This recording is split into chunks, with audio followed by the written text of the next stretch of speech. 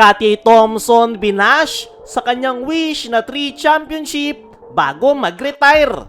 Bakit nga ba 10 days lang yung preparation ng Gilas Pilipinas kontra sa New Zealand at Australia? Sa ipinost nga ng Spin.ph na 10-day build-up ng Gilas para sa second window ay marami ang nag-react kung saan kine-question nila bakit 10 araw lang yung paghahanda ng Gilas sobrang lakas ng kanilang makakaharap na New Zealand, lalong-lalo na ang Australia. May mga nagsasabi na walang pinagkaiba si Coach Tim kay Coach Shot Reyes dahil sa 10-day preparation ng Gilas.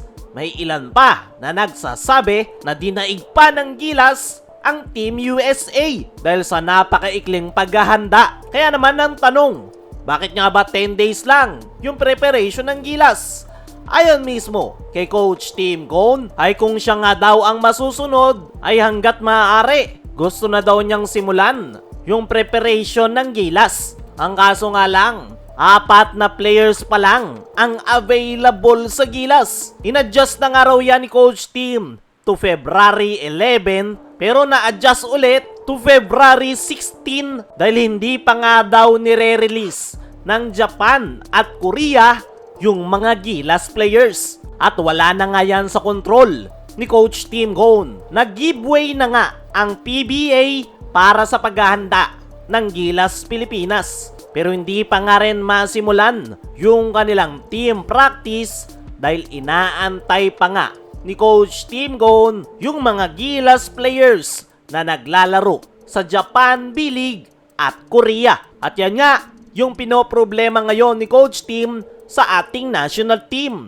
Mabuti na lang talaga ay mayroon siyang long-term plan. Matatandaan nyo na hindi binabago ni Coach Tim yung lineup ng Gilas Pilipinas dahil na-anticipate na nito yung short preparation ng ating national team. Kaya naman, kahit napakaikli lang ng kanilang paghahanda, hindi yan masyadong magiging problema dahil meron na silang solid team chemistry, meron na rin silang knowledge sa triangle offense. Kumbaga refresher na lang yung mangyayari sa 10-day preparation ng Gilas. Kaya naman, para sa akin, unfair na i-bash si Coach Tim Cone dahil unang-una, wala siyang control sa pag-release ng Japan at Korea sa mga Gilas players. Pangalawa, ginawan na nga yan ng paraan ni Coach Tim gamit ang kanyang long-term plan. Walang binago sa lineup, kaya wala silang magiging problema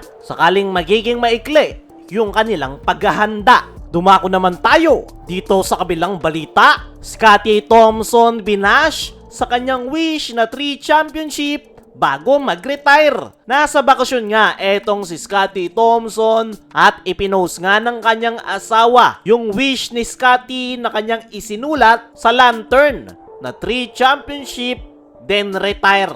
Dahil dyan, naglabasan na naman yung mga haters ni Scottie. May nagsasabi na hindi na raw magcha-champion ang Barangay Ginebra kaya tatanda na lang daw si Scottie at hindi magre-retire. May mga nagsasabi raw na malabo raw mag-retire si Scottie dahil hindi na magcha-champion ang Barangay Ginebra. Grabe nga yung mga haters ni Scottie, lahat na lang ng kanyang galaw ay meron pa ring nasasabi ang haters. Pakialam nyo ba kung gusto ni Scottie ng 3 championship bago siya mag-retire? Hindi naman ibig sabihin yan na kapag hindi nag-champion si Scottie ay hindi na rin siya magre-retire. Ang ibig sabihin lang ng Ginebra Guard ay kung makakakuha siya ng 3 kampyonato ay mas mapapaaga yung kanyang retirement. Gusto na lang sigurong maging stable ni Scottie dahil hindi naman panghabang buhay ang basketball at paniguradong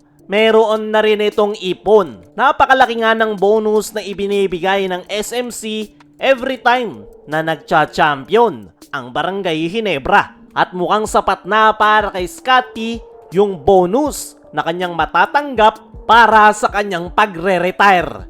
Kayo mga chong, ano ang masasabi nyo na binabash ngayon si Scottie dahil sa kanyang 3 championship bago mag-retire. Ano rin yung masasabi nyo sa 10-day preparation na naman ng Gilas Pilipinas? I-comment mo lang dyan sa ibaba.